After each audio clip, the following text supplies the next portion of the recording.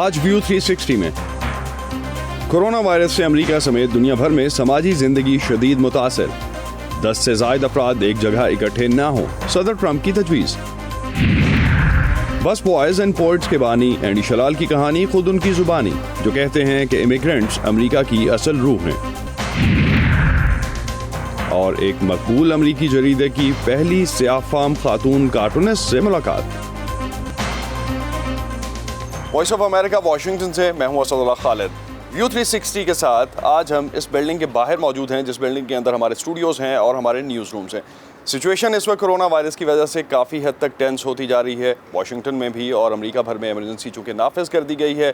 Buildings میں اس وقت federal buildings میں خاص طور پہ اکا دکا لوگ ہی کام کر رہے ہیں، اور اب تک کی جو کرونا کے کنفرمڈ کیسز سامنے آئے ہیں دنیا بھر میں 180,000 سے زائد ہیں، اور اسی طرح سے اموات بھی 7,000 سے زائد اب تک ہو چکی ہیں۔ اگر ہم صرف واشنگٹن ڈی سی کو دیکھیں تو واشنگٹن ڈی سی میں بھی اس وقت تک جو آفیسز بند ہیں، اور امریکہ بھر میں امریکہ کی پوری ریاستوں میں اب تک کرونا وائرس کے کیسز جو ہیں وہ سامنے آ چکے ہیں۔ اموات مسلسل بڑھ رہی ہیں اور اسی طرح سے کیسز میں بھی مسلسل اضافہ ہو رہا ہے۔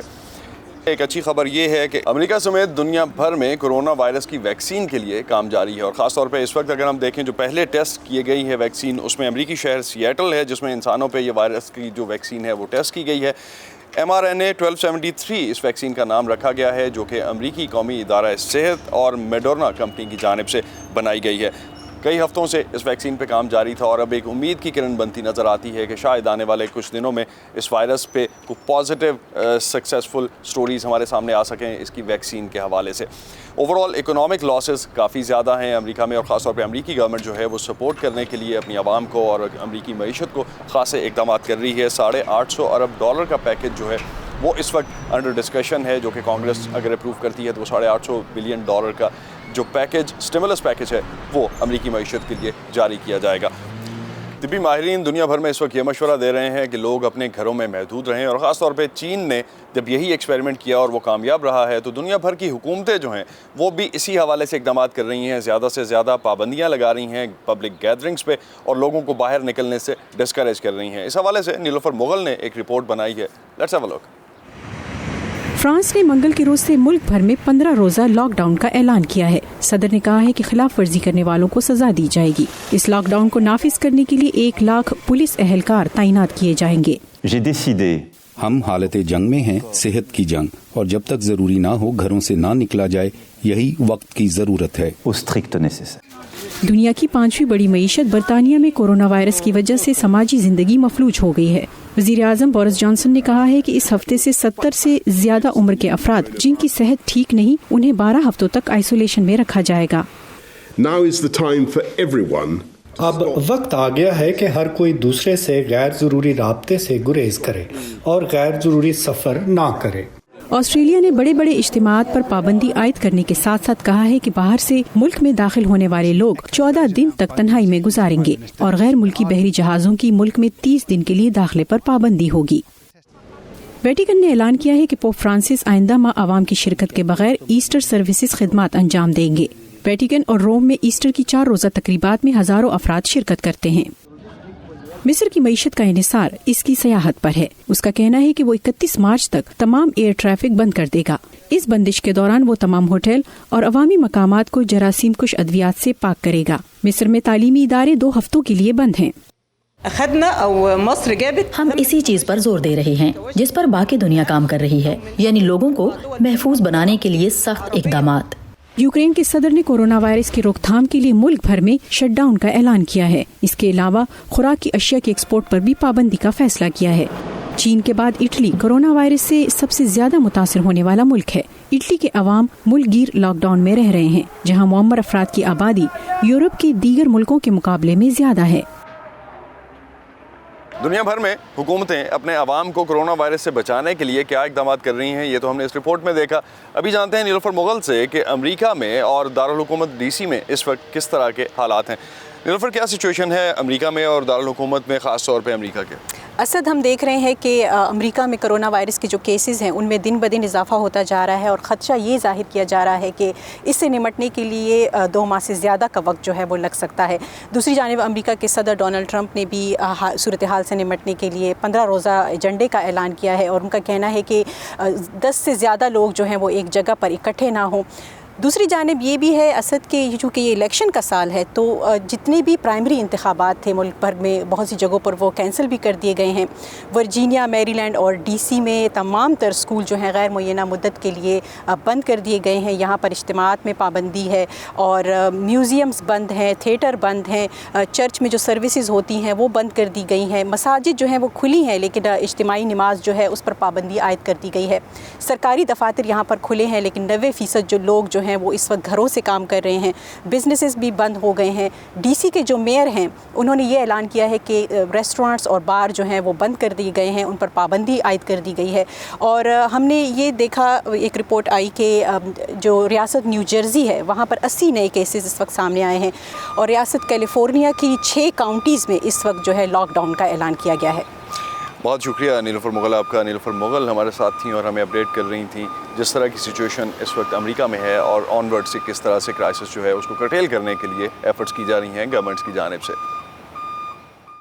ایران میں کرونا وائرس کے ہزاروں کیسز سامنے آنے کے بعد ایک خوف کی فضا ہے جس کے باعث افغان مہاجرین جو کہ ایران میں پناہ گزین تھے وہ بھی وطن واپس آنا شروع ہو گئے ہیں. اقوام متحدہ کے ادارے کے مطابق اب تک کی جو سچویشن ہے اس میں 83,000 مہاجرین ایران سے افغانستان واپس آ چکے ہیں اور یہ پچھلے 3 مہینوں کا نمبر ہے. تقریباً جنوری سے لے کے اب تک 83,000 مہاجرین جو ہیں وہ افغانستان واپس پہنچ چکے ہیں اور کورونا کے خوف نے اس میں ایک خاصا میجر رول پلے کیا ہے. Let's have a look at this report اور ہم اس میں جانتے ہیں کہ کیوں یہ مہاجرین جو ہیں وہ افغانستان واپس آ رہے ہیں.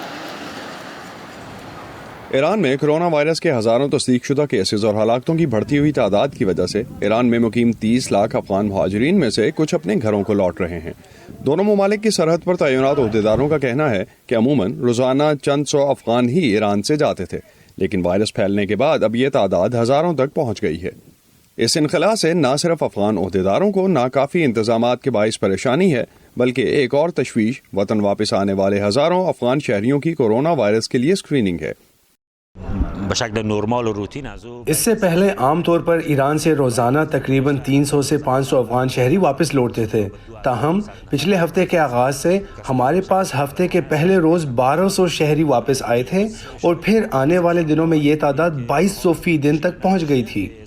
کل سب سے زیادہ لوگ افغانستان واپس گئے. ایک ہی دن میں 4800 سے زیادہ افغان شہری افغانستان واپس آئے. بہرحال واپس آنے والوں کا کہنا ہے کہ وہ افغانستان میں واپس آ کر بہتر محسوس کرتے ہیں اور شکایت کرتے ہیں کہ ایرانی حکومت نے انہیں کسی قسم کی کوئی مدد فراہم نہیں کی. صرف اس وجہ سے کہ ہمیں ایران کی سرحد پر کرونا وائرس کا کوئی مشکوک کیس نہیں ملا اس کا یہ مطلب نہیں ہے کہ ملک واپس آنے والے افراد سے دوسرے لوگوں کو کوئی خطرہ نہیں. یہ وہ لوگ ہیں جو متاثرہ علاقوں سے واپس آئے ہیں اور ممکنہ طور پر وائرس اپنے ساتھ لا سکتے ہیں. ایران میں ہر کوئی کورونا وائرس سے سخت خوف زدہ ہے اور یہ بہت تیزی سے پھیل رہا ہے. لیکن مسئلہ یہ ہے کہ لوگوں کو خاص طور پر افغان مہاجرین کو کوئی مدد فراہم نہیں کی جاتی. ہم اپنے ملک لوٹ آئے ہیں کیونکہ وہاں پر افغان شہریوں کے لیے کوئی مدد یا سہولت موجود نہیں تھی. ہم افغان حکومت سے یہ چاہیں گے کہ وہ اس وائرس کے لیے ہمارے ٹیسٹ کرے تاکہ یہ پتہ چلایا جا سکے کہ کہیں ہم اس سے متاثر تو نہیں ہوئے. ایران میں افغان شہری کلینکس اور اسپتالوں میں جانے کی ہمت نہیں کر سکتا کیونکہ وہ افغانوں کی بالکل پرواہ نہیں کرتے. ہرات کے صوبائی گورنر نے صحافیوں کو بتایا کہ حکام فوری طور پر افغان شہریوں کو ایران جانے سے روکیں گے. ہم کسی کو بھی افغانستان سے ایران جانے کی اجازت نہیں دیں گے. ہم لوگوں کو ایران سے آنے سے نہیں روک سکتے کیونکہ یہ فیصلہ مرکزی حکومت کو کرنا ہے. کورونا وائرس پھیلنے پر افغانستان میں تشویش بڑھ گئی ہے کیونکہ ایسے افراد کی تعداد 7 تک پہنچ گئی ہے جو اس وائرس سے متاثر ہیں جن میں سے 5 کیسز صرف ہرات میں ہیں. تازہ ترین خبریں، اہم واقعات، آڈیو ویڈیو رپورٹس اور تجزیے دیکھنے، سننے اور پڑھنے کے لیے ڈاؤن لوڈ کیجیے VOA اردو کی نئی ایپ. خبریں اب ہر وقت آپ کی مٹھی میں. امریکہ میں زیادہ تر کاروبار کرنے والے افراد تارکین وطن یا امیگرینٹس ہیں. ایسے لوگ جو یہاں آ کے بسے اور یہاں کا طرز زندگی اپنایا. نخبت مالک ایک ایسے ریسٹورانٹ میں ہمیں لے کے جا رہی ہیں جو کہ ایک منفرد ریسٹورانٹ ہے اور ایک تارک وطن کا ہے. When 9/11 happened, there was a real sense of جب 9/11 ہوا تو لا تعلقی ہر طرف پھیل گئی. بہت سے عرب اور مسلم اور سیاہ فام افراد نے اسے محسوس کیا. ہمیں دشمن سمجھا جاتا تھا اور ایسا احساس تھا کہ کیا یہ ملک واقعی میرے لیے ہے. and there was this sense of, is this country for me? Being an activist, that's the idea that I went to, was to be. میں دنیا کو یہ بتانا چاہتا تھا کہ اس ملک کا مطلب کیا ہے. امیگرینٹس اور میرے جیسے لوگ اس ملک کی انشورنس پالیسی ہیں. ہم اس بات کی گارنٹی دیتے ہیں کہ جن اقدار پر امریکہ قائم ہوا ہے وہ اقدار قابل عمل ہیں اور ہمیشہ زندہ رہنے والی ہیں. stands on, remain viable. I'm Andy Shalal. میں اینڈی شلال ہوں اور میں واشنگٹن ڈی سی میں قائم بس بوائز اینڈ پوئٹس کا بانی ہوں. Washington D.C. I immigrated. میں 1966 میں امریکہ منتقل ہوا. میں اپنی فیملی کے ساتھ عراق سے آیا تھا. 80 کی دہائی میں امریکی شہری بنا. میں ایک ایکٹیوسٹ ہوں. ہمیشہ ایک ایکٹیوسٹ ہی رہوں گا. میرے لیے امریکی ہونے کا مطلب ایکٹیوسٹ ہونا ہے. For me, being an American should translate to being an activist. We first opened here in 2005 میں جب ہم نے اس جگہ کا آغاز کیا تو ملک میں عراق امریکہ جنگ کے خلاف بہت سی سرگرمیاں جاری تھیں. عراق جنگ شروع ہی ہوئی تھی اور لوگ اس کے خلاف موبلائز ہو رہے تھے. تو میں نے سوچا شاید اگر میں ایک ایسی جگہ بناؤں جس سے مجھے اس ملک پر پھر سے اعتبار کرنے کا موقع ملے. ایک ایسی جگہ جہاں مجھے ایسے ترقی پسند افراد کے ارد گرد رہنے کا موقع ملے جو امریکہ کو صرف سفید فاموں کا ملک نہیں سمجھتے بلکہ ایسا امریکہ سمجھتے ہیں جیسا اسے ہونا چاہیے. اس لیے میں نے وہ جگہ قائم کی کہ جس کا میں نے تصور کیا تھا. This is America to me. This place is named after. اس جگہ کا نام امریکہ کے ایک عظیم افریقی نژاد امریکی شاعر لنگسٹن ہیوز کے نام پر ہے. انہوں نے ایک نظم لکھی تھی Let America be America again. یہ ایک ایسی خوبصورت نظم ہے جو امریکہ کے ممکنات بیان کرتی ہے. The possibilities of America. Our staff is of course, people from the. ہمارا سٹاف کمیونٹی کے ہی لوگ ہیں. لوگ جو محنتی ہیں. اکثر ان میں سے کچھ کو ملازمت کا موقع اس لیے نہیں ملتا کیونکہ وہ مختلف دکھتے ہیں. ان کی بیک گراؤنڈ اور تجربہ تربیت اور تعلیم مختلف ہے. ہم ایسے افراد کو رکھنے کے لیے ہمیشہ تیار رہتے ہیں. And we invest time and energy in them and hope that they do well. Well, the food of our menu, we want. ہم نے کوشش کی کہ اس ریسٹورانٹ میں ایسا کھانا ملے جو مختلف افراد کی ضروریات پوری کر سکے. اس لیے اگر آپ گلوٹن فری ہیں یا صرف سبزیاں کھاتے ہیں تو بھی آپ یہاں کھا سکتے ہیں. You don't have to settle for just steamed vegetables.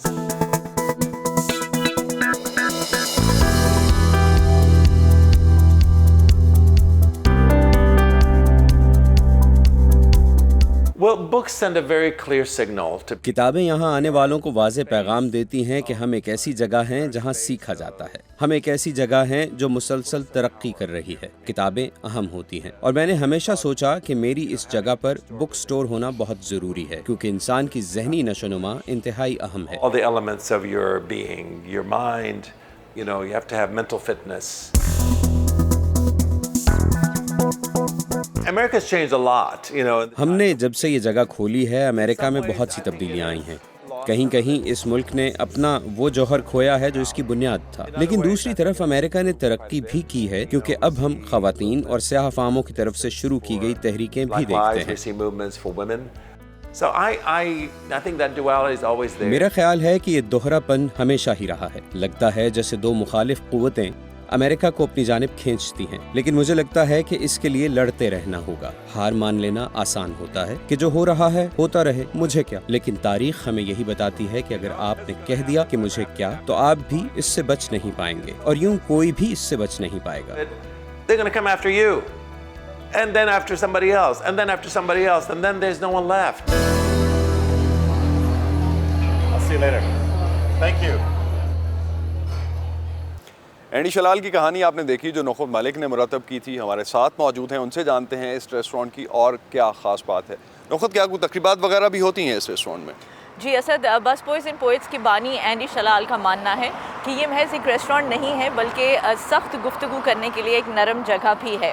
ہفتے کے تقریباً تمام ہی دن یہاں پہ شاعری, موسیقی اور تقاریر وغیرہ جو ہے وہ منعقد ہوتی ہیں, جبکہ امریکہ سمیت دنیا بھر اور پاکستان سے بھی مصنفین یہاں آ کر اپنی کتابوں کی رونمائی کر چکے ہیں اور ان پر گفتگو بھی کر چکے ہیں. ساتھ ہی ساتھ یہ بھی بتاتی چلوں کہ یہ جس علاقے میں یہ ریسٹورانٹ قائم ہے آج سے 40 سال پہلے اسے جو ہے وہ بلیک براڈ وے کہا جاتا تھا. منشیات کا لین دین اور دیگر جرائم وغیرہ کی وجہ سے یہ علاقہ کافی بدنام تھا.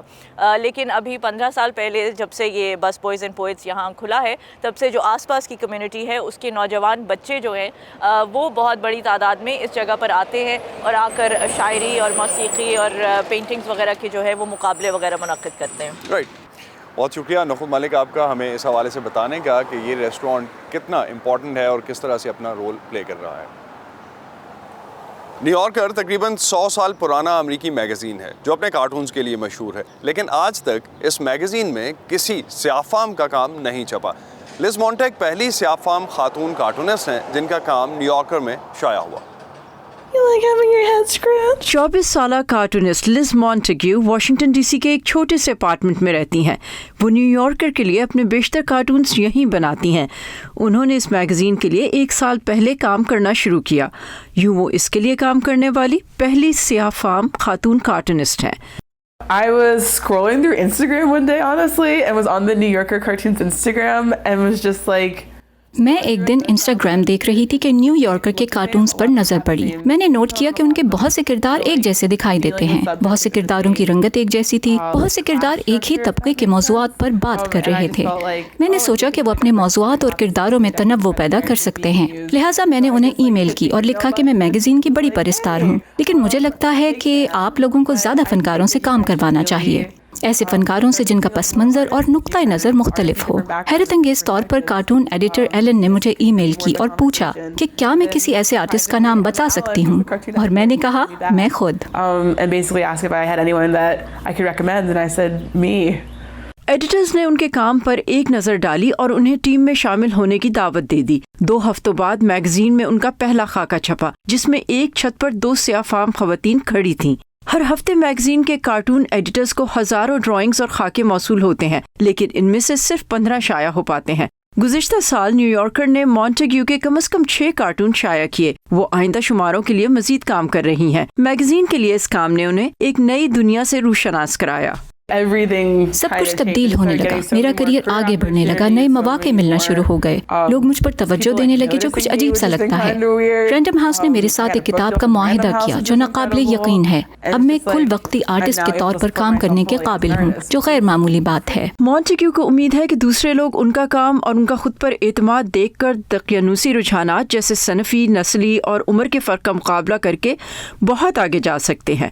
once you decide like my perspective is valid, it's good enough, I'm good enough. بس ایک بار آپ فیصلہ کر لیں کہ آپ کا نقطۂ نظر درست ہے، بہت اچھا ہے، آپ بہت اچھے ہیں، اور دوسرے کے سامنے خود کو منوا کر رہیں گے. بس یہی سب سے بڑی جنگ ہے. مونٹیگیو کو اب آزادی حاصل ہے کہ وہ ویسی زندگی گزارے جیسی انہیں پسند ہے. چنانچہ وہ نیو یارک جانے کے بجائے فلاڈیلفیا منتقل ہو رہی ہیں تاکہ وہ اپنے خاندان کے قریب رہیں اور اپنے فن پاروں کی تخلیق جاری رکھیں. کرینا بفرجیان کے ساتھ Saba Shah Khan, Voice of America. Pakistan کے مختلف شہروں میں دیواروں پر آپ وال چاکنگز تو دیکھتے ہی رہتے ہیں، لیکن امریکی ریاست فلوریڈا کے شہر میامی میں عمارتیں اور دور و دیوار رنگوں، ایبسٹریکٹ تصاویر اور دلکش پینٹنگ سے سجائے گئے ہیں. آئیے جانتے ہیں اس رپورٹ میں. میامی اپنے اسٹریٹ آرٹ کی وجہ سے مشہور ہے. لوگ میرے کام کو ان بہتے ہوئے پس منظر اور ان ڈاٹ پیٹرن سے پہچانتے ہیں جو میں اپنے خاکوں کے گرد پینٹ کرتا ہوں. ونوڈ محلے کی دیواروں پر بنائی گئی اسٹریٹ آرٹ سب سے مقبول ہے. انہیں بنانے والے ایک آرٹسٹ پیٹر ٹنلی بھی ہیں جن کی ونوڈ والز میں گیلری ہے. وہ ایک اسٹریٹ آرٹسٹ تو نہیں، لیکن آغاز سے ہی وہ اس پروجیکٹ کا حصہ رہے ہیں جو دنیا بھر سے فنکاروں کو یہاں کھینچ لایا. اس پروجیکٹ کا آغاز اس چھوٹے سے پارکنگ لاٹ سے ہوا. یہاں 30 سے زیادہ ملکوں کے 100 سے زیادہ آرٹسٹ دیواریں پینٹ کر چکے ہیں، جیسے جاپان، اسپین اور لاس اینجلس وغیرہ سے. ہر آرٹسٹ کے پاس سنانے کو کوئی کہانی ضرور ہے. اسٹریٹ آرٹ میں ماحولیات کے موضوع پر کام بکثرت نظر آتا ہے. اس کے علاوہ دیگر موضوعات بھی ہیں جیسے ایک دوسرے سے بہتر برتاؤ، ذہنی بیماری اور منشیات کی لت وغیرہ. اسٹریٹ آرٹ کا آغاز اسپرے پینٹ سے ہوا جسے عمارتوں پر غیر قانونی لکھائی کے لیے استعمال کیا جاتا تھا. ہم رات کو باہر نکلتے، اکثر کسی ویران جگہ پر دیواریں ڈھونڈ کر ان پر بڑی پینٹنگز بناتے.